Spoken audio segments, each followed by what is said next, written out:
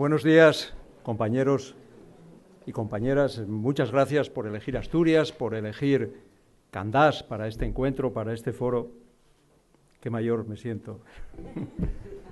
Pero gracias también porque sois jóvenes y estáis en política, sentís la política, sois políticos. Y en un momento en que un político casi parece un sospechoso social, en un momento de dificultad para la política, porque hay una cierta impotencia y la gente lo percibe. La gente piensa que puede cambiar más fácil los gobiernos que cambiar las políticas, porque a la eterna pregunta de quién manda en nosotros, ¿dónde está el poder? El poder ahora aparece como un iceberg en el que la parte visible, la emergida, la más vulnerable es la política, y hay 9 veces más poder que navega sumergido. Y pese a eso, la política es el más noble compromiso que puede asumir un ser humano, porque es una rebelión contra el destino, contra la idea de que todo está predeterminado, que todo está prefijado, que todo está hecho. La política es eso, es la única manera decente de encauzar el conflicto social. Y conflicto social lo va a haber siempre mientras haya algo que se llama sociedad. Pero ahora es verdad que estamos viviendo tiempos distintos de cambio, de especial aceleración, donde no solamente cambia la tecnología o el empleo o la economía, sino que cambia el concepto mismo de la familia, del sexo, de la religión, de la vida, de la muerte. Todo se está cambiando, todo se está reconfigurando.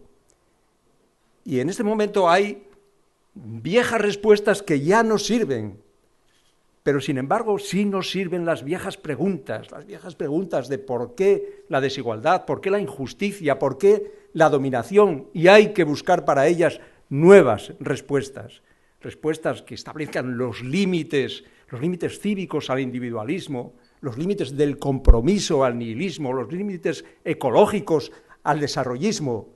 Eso es lo que nosotros queremos hacer, y otros ya se han entregado, ya han dicho que ha muerto la historia, que esta es la estación terminite de todos los trenes, el puerto final de todos los viajes, que mañana es solo otro nombre de hoy. Pero los que crecimos en un país que era pobre, autárquico y dictatorial, y nos hicimos plenamente adultos en otro abierto, moderno y democrático, sabemos como Machado que no están ni el ayer ni el mañana escrito.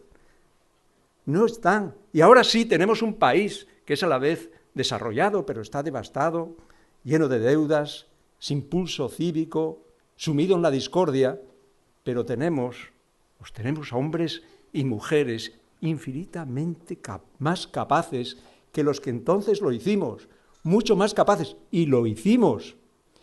Aquello fue como transitar por un desierto de 40 años, uno de los desiertos políticos e históricos más calcinadores de cuanto estuvo el siglo XX, pero sabíamos que más allá de aquel interminable arenal estaba la vida y la libertad.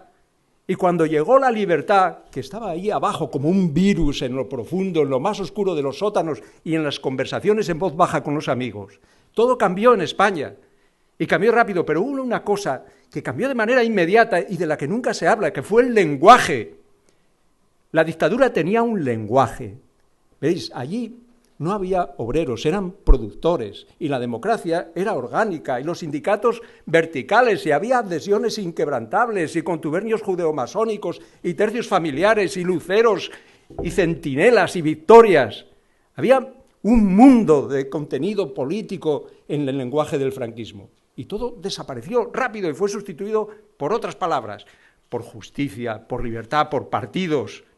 Muy rápido, porque las palabras son tan poderosas que los significados que ellas nombran carnalizaron en la sociedad española. Y ahora hay que empezar por arrebatar las palabras a las que les están falseando y malversando. La palabra libertad. Cuando vimos ahora libertad, y la libertad es la libertad de los mercados, y en mercados libres, no, mercados para que la gente sea libre, libre del daño, libre de la miseria, libre del miedo, libre de la necesidad.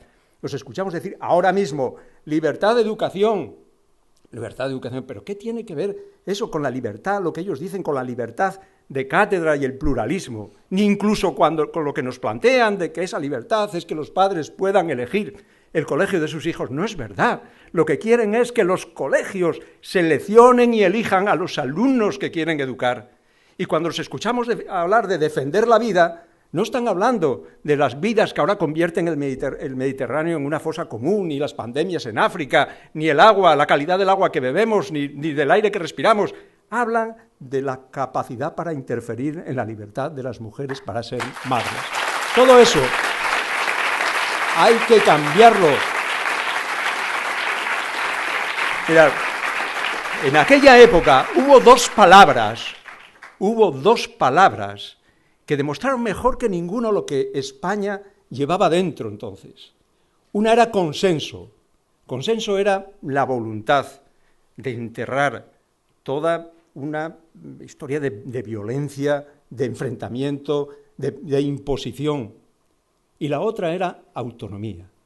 Y autonomía lo que quería era dejar atrás a uno de los viejos demonios familiares que había envenenado la vida de España. La autonomía, hoy habéis venido a hablar de autonomía aquí. Pues ahora que se habla tanto también alrededor de la autonomía, de identidad, de pertenencia y de nación, yo quiero que recordéis que los socialistas sabemos muy poco de naciones, pero sí sabemos que en la nuestra, en la nación de los socialistas, una identidad nunca se va a convertir en una frontera que transforme a los vecinos en desconocidos. Sabemos poco de naciones, pero en la nuestra, en la nación de los socialistas, jamás nadie tendrá que elegir entre ser un buen ciudadano o un buen español o un buen catalán. Sabemos poco de naciones, algunos dicen que en España hay una, otros que varios. Lo que sí sabemos es que España existe, y que existe como realidad geográfica, como entidad histórica, como espacio cultural, pero sobre todo sabemos que existe como comunidad democrática, como espacio público, como sociedad abierta a todas las geografías, a todas las historias y a cada cultura y a cada identidad. Y eso lo sabemos, porque la pertenencia no es genética ni antropológica, es jurídica, no está en la tierra ni en la sangre, está en la cartilla sanitaria, está en la declaración de impuestos, está en la caja única de la seguridad social, está en el carnet de identidad, en el pasaporte, en todos esos actos cotidianos que sostienen y que mantienen la vida en común y que hacen de nosotros un espacio público compartido. Y un espacio público que se construyó, que se empezó a construir en la transición, eso que tanto se demoniza y de lo que nosotros fuimos protagonistas y no nos avergonzamos. Porque ser socialista no es sobre todo transformar el presente, lo más importante. También nos gusta imaginar el futuro, pero recordar el pasado. Y conviene recordar la historia de España, porque este es un país que decidió expulsar hace muchos años a los judíos, a los moriscos, a los erasmistas, porque decidió que no eran españoles. Y en un país que expatrió, que exilió a los ilustrados o a los liberales o a los krausistas porque su pensamiento y su ideario no era el español. En un país que fusiló o que encarceló y que expatrió a los poetas y a los intelectuales y a los maestros de escuela porque lo que escribían o lo que enseñaban era antiespañol. En ese país la democracia ha conseguido, y no era fácil, definir lo que es ser español. Y con todos sus defectos y sus problemas, que son muchos, esta, os lo aseguro, es la mejor España que ha existido nunca. Esta es la España más de los españoles que hemos tenido jamás. Y queremos preservarla, y queremos defenderla, y queremos cambiarla, mejorarla, y por eso hablamos de un futuro federal, porque en un país en el que no se puede centralizar la identidad, tampoco se puede centralizar el poder, porque no queremos que se gobierne con los sentimientos, pero tampoco podemos olvidarnos de que existen. No podemos olvidarnos de que existen. Y lo federal no es una descentralización política, es una filosofía política, una filosofía del acuerdo, del pacto, de la convención, de la ciudadanía. La ciudadanía es lo fundamental y lo sabemos muy bien los que pertenecemos a una generación en la que no había ciudadanos. La ciudadanía es la que nos permite defender a la patria de los patriotas y a la religión de los fanáticos y a la política de los sectarios. La ciudadanía es lo que nos permite, siendo diferentes, vivir juntos. Eso es la ciudadanía, es reforzar los lazos comunes, el sentido de la historia común, los derechos y obligaciones comunes, todo eso que hace de nosotros una nación política y una nación de ciudadanos. Una nación que se estructura de manera federal y somos el único partido que lo dice con claridad. Lo decimos con claridad porque hoy España en sí mismo es un federalismo imperfecto, vergonzante, que no se nombra a sí mismo, con una constitución que no es federal. Adaptemos la constitución al país y mejoremos el país. Pero sabemos que debemos de combatir en España por hacer una España más federal y también en una Europa federal, porque no se puede regular los mercados desde un solo país. Y el futuro está en Europa. Y también conviene recordar cómo veíamos nosotros Europa y cómo la veis vosotros ahora. Porque Europa, en aquellos tiempos, era para nosotros un ideal. Era la tierra de la justicia y de la libertad. Fijaos, pensábamos menos en Europa por política exterior que interior. Porque nosotros no queríamos ir a Europa, queríamos que Europa viniera a nosotros. Y Europa era un sentimiento, era una emoción, era una promesa de democracia. ¿Y qué es ahora? Yo sé que hay una fortísima decepción con Europa, pero si la miráramos desde aquel tiempo, os diría que nos parece impensable lo que se ha construido. Europa tiene gobierno, tiene un parlamento, tiene funcionariado, tiene un tribunal de justicia, tiene bandera y tiene un himno con letra. Era muy difícil concebir eso, porque es muy difícil también construir una entidad política como esta, la primera entidad política, que no tiene un pueblo definido y homogéneo, que no tiene un origen común, una cultura común, una lengua común y un enemigo exterior que proporcione cohesión interior. Porque Europa no puede tenerlo. No puede tenerlo porque nació contra eso, nació para la paz, nació contra los odios tribales y los raciales, pero sobre todo contra los odios nacionales. Y cuando escucho a representantes de la Comisión o del Consejo decir, garantizamos que los estados no se fragmenten en Europa, me parece bien, porque no creo en un futuro neomedieval con nuevos reinos, condados, principados o repúblicas aristocráticas se llamen Escocia o Cataluña o Flandes o Venecia. Pero una cosa es que los estados no se fragmenten en Europa y otra que los estados sigan construyendo Europa, porque con los nacionalismos en efervescencia, hoy entregar la construcción europea a los estados nacionales es entregar también esa construcción a los nacionalismos, entregar a los nacionalismos la europeización. Y los saulos que persiguieron a Europa no pueden ser ahora sus apóstoles. Por lo tanto, Europa no puede ni retroceder hacia sus viejos estados, ni replegarse hacia ellos, ni fragmentarlos. Es inviable porque el método Monnet de construcción ha llegado a su límite. Ha llegado a su límite con la moneda única. Ahora no vale hablar de tratados intergubernamentales que nos llevarán a una estructura todavía más confederal. Ni Europa puede basarse en la legitimidad de los expertos y de los burócratas en una especie de utopía tecnocrática.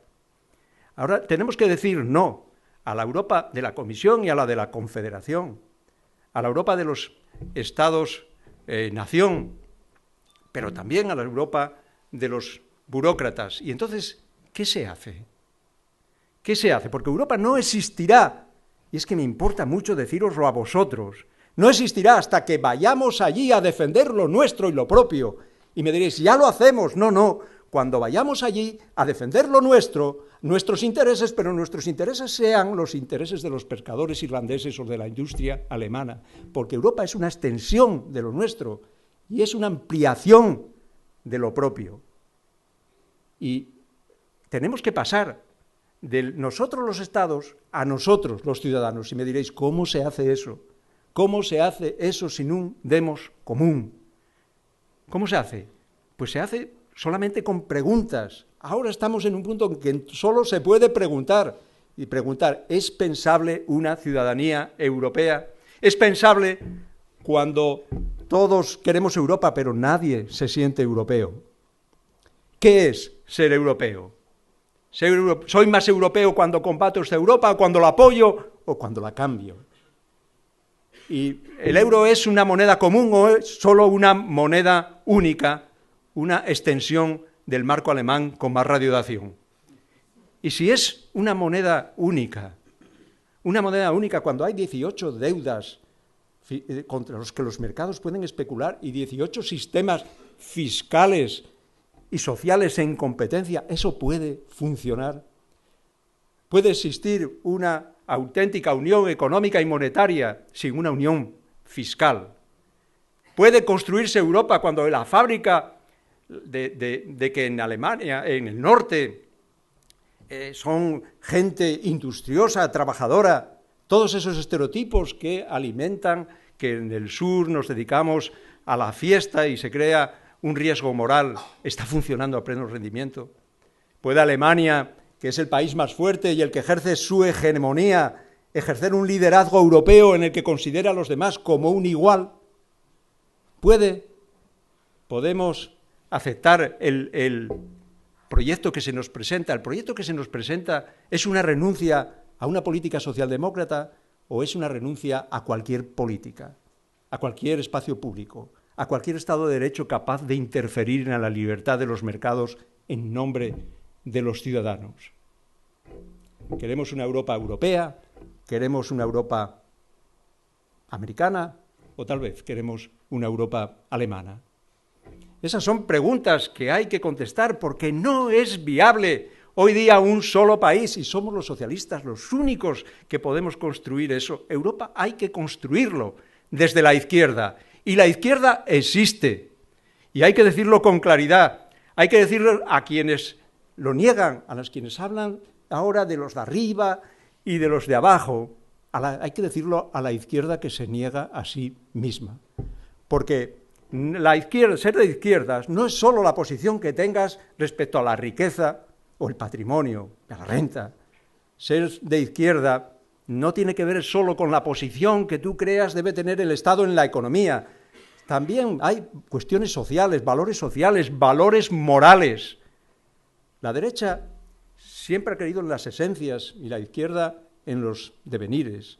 La derecha en la repetición perpetua de lo que se escribe de la misma manera y la izquierda en lo que se cambia, en lo que se puede hacer mejor. La derecha en la simplificación, la izquierda en la complejidad. La derecha en la tierra y en la sangre, la izquierda en la razón y en la ciudadanía. La derecha en lo autóctono, la izquierda en lo universal. Ser de izquierda o de derecha a veces es menos económico que cultural. Y todos conocemos a gente humilde, que vive en barrios obreros y son de derechas, son de abajo. Lo que nunca habíamos visto es a esa gente de abajo convertirse en sociedades para no pagar impuestos como toda la vida hicieron los de arriba.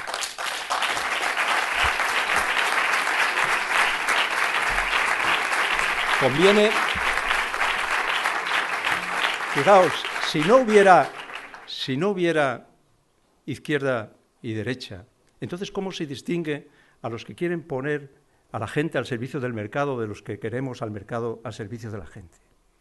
¿Cómo se distingue a los que queremos al Estado regulando a los sectores energéticos o financieros o de telecomunicaciones y los que quieren al Estado controlando a los trabajadores que se manifiestan o a los homosexuales que se casan o a las mujeres que abortan. ¿Cómo se distingue? Es decir, si no hay izquierda y derecha, ¿quiénes somos nosotros? Sí, ¿quiénes somos los que queremos que la desigualdad de origen, la desigualdad en la familia que se nace o en el barrio en que se vive, se corrija en la escuela que se acude? ¿Quiénes somos nosotros los que queremos que haya una radical igualdad, no igualitarismo, pero sí radical igualdad de partida y una ayuda y un apoyo para los que no puedan llegar? ¿Quiénes somos nosotros? Pues nosotros no somos un partido de laboratorio para capitalizar el cabreo. Nosotros somos un partido centenario. Nosotros somos un partido de izquierda. Nosotros somos el partido que simboliza el ascensor social y el acceso universal a la plena ciudadanía. Nosotros somos el partido que llevó a las fábricas y a los laboratorios y a las calles y a las aulas el sueño ilustrado de una España moderna. Nosotros somos el Partido Socialista Obrero Español. De izquierda porque el corazón del ciclo político siempre es ideológico. Y de izquierda porque nosotros queremos dar forma al futuro, no que el futuro nos dé forma a nosotros. De izquierda porque queremos dejar a la próxima generación un país mejor. Eso es ser de izquierda. Y más ahora que todo cambia, ¿qué significa?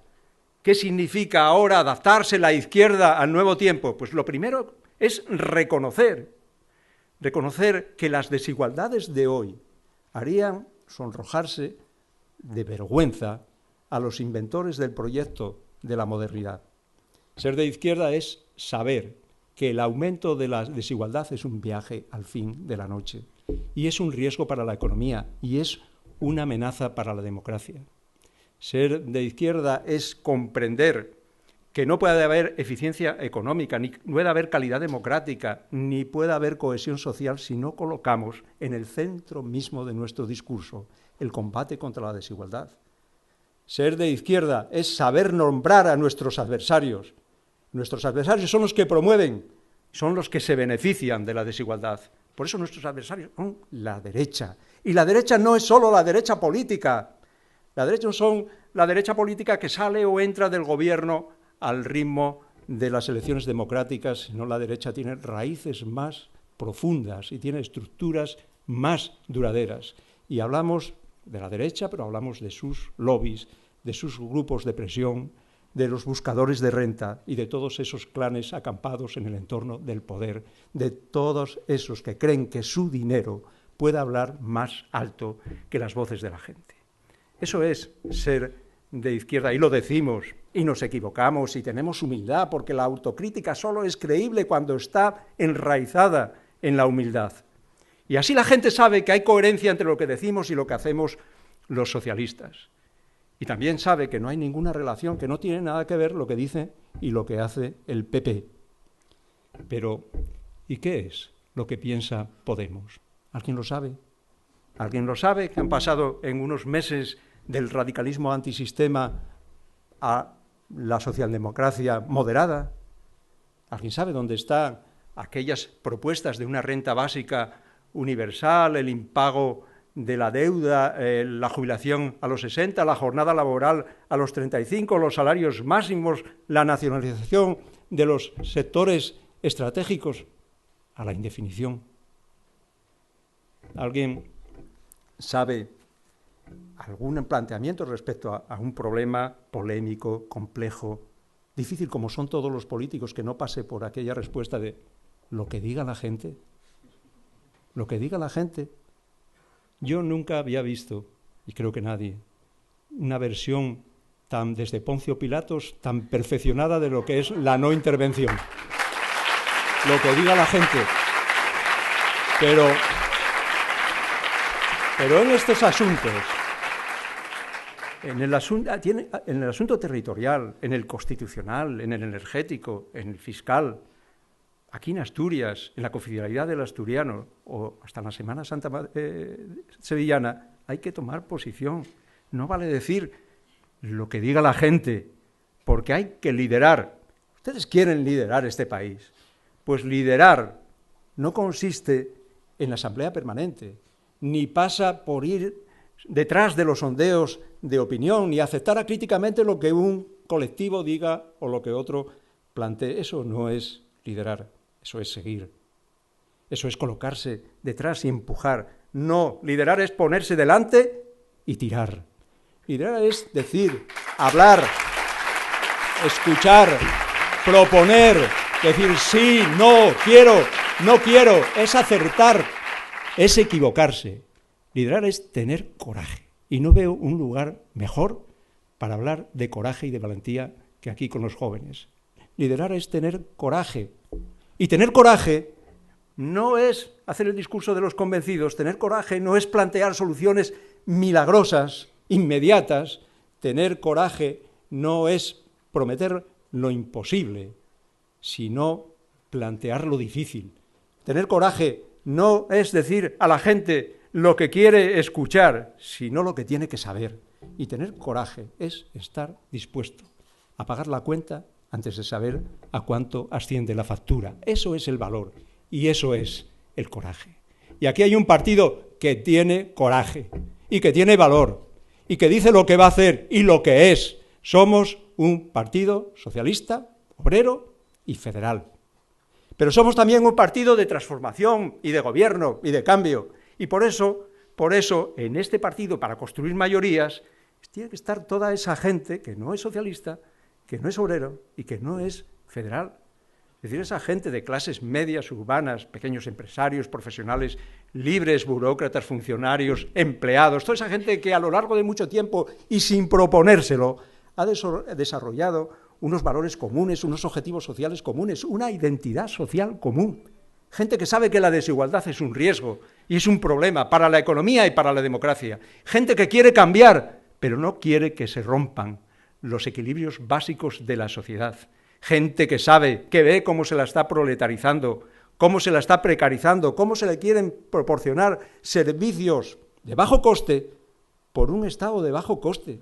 Y esa gente tiene que formar parte de la mayoría de progreso, porque el estado de bienestar no lo construimos solos los socialistas, los partidos más vinculados al obrero, también las clases medias contribuyeron a financiarlo y a legitimarlo y a consolidarlo, y ahora tienen que contribuir a defenderlo, ahora que está en riesgo, ahora que se pone en relación el desmadre de cuentas públicas con el Estado social. Ahora hay que decir eso, ahora es cuando hay que decir, oiga, no puede haber un Estado de Derecho si no es social, y nosotros defendemos el Estado social, defendemos el Estado de bienestar, porque es el rompeolas de todas las crisis, porque es el patrimonio de los que no tienen patrimonio y porque es el patrimonio político de los socialistas, de los socialistas. Esa es la palabra que nos nombra, hay que decirla.